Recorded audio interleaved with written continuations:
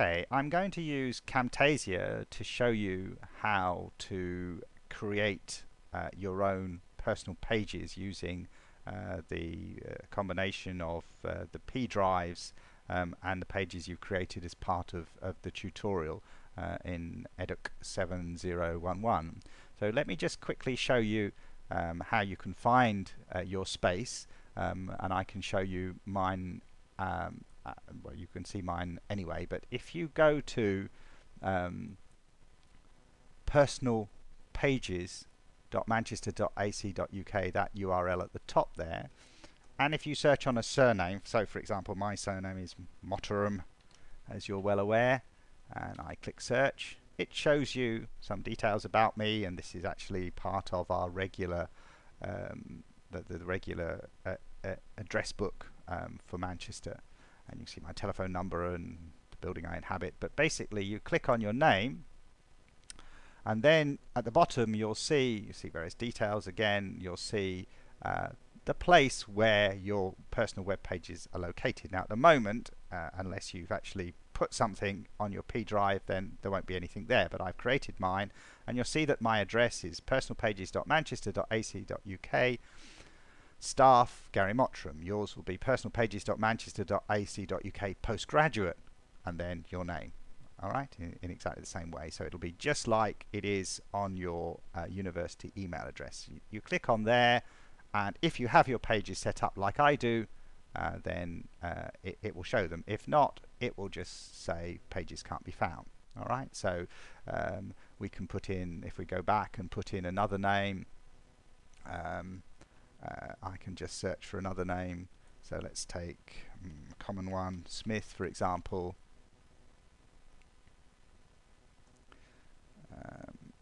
It's taking a little time to search.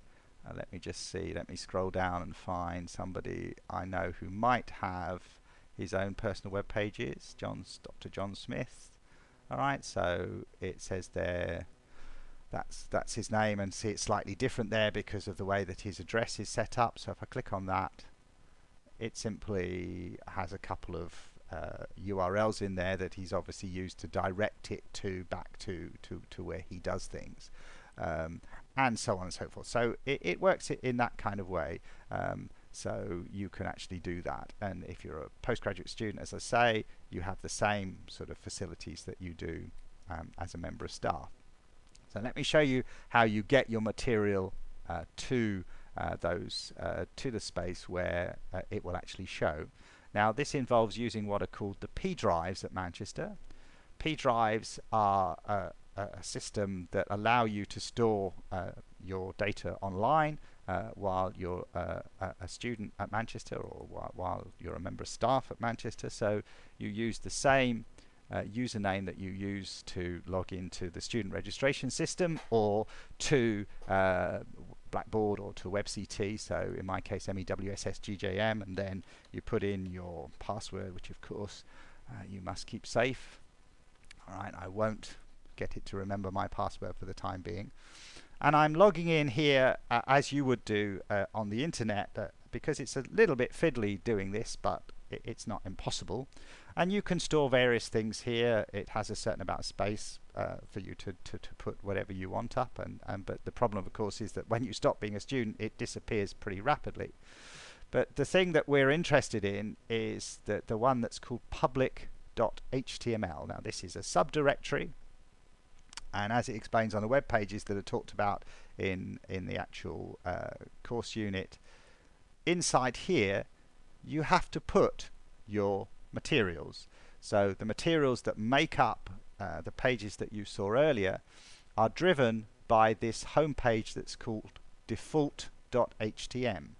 So if you've created a single page or a couple of pages, you make the home page, the front page, whatever you want to call it, you call that default.htm. So you rename it from Gary.htm to default.htm, and then any other links that are in there, as long as they're what are called relative links, they will work. And of course, as you see here, you've got all your pictures and everything else that you need to show it. So all of the resources have to go in. So the web pages and any pictures that you've used, in my case various other bits and pieces as well.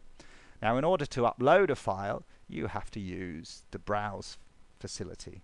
Alright, so it says upload file to your P drive, so in exactly the same way that you would upload to, say for example, a photo site on the web or something along those lines, you click and you can look around and you can find the files that you've been creating. So if I look for my material, so I keep my web pages on my desktop, so for example let me see if I can find something. So websites here, and then this is all the material I use to create the pages. So if I wanted to take one of these files up, let's take this one for example. You can take up. I can open that, all right, and then I choose the action, and then I simply click upload to your P drive, and then you'll see that flyer.web flyer_web.doc is there. Alright, now if I want to get rid of that, which I do, it's then when you choose the action, and then I can delete that, and it says the following items will be permanently deleted. Are you sure? Click OK, and it's gone. Okay, so that's how you do it. You simply check that your address is live by searching for yourself with personal web pages, and then you upload your pages to the this particular directory. All right, and it's a bit fiddly this, but once you get used to it, it's not that difficult to work out. So it's here, public HTML. Have to click on it. All right, go back up. I go up to the parent, back down again. Don't click on the folder as I was trying to do there. You actually click on the file, and then you can search for the files, upload them. Don't forget to rename your home page from whatever it is to default.htm, and then you should be able to display those pages. So have a go at that, and let me know what happens. Okay.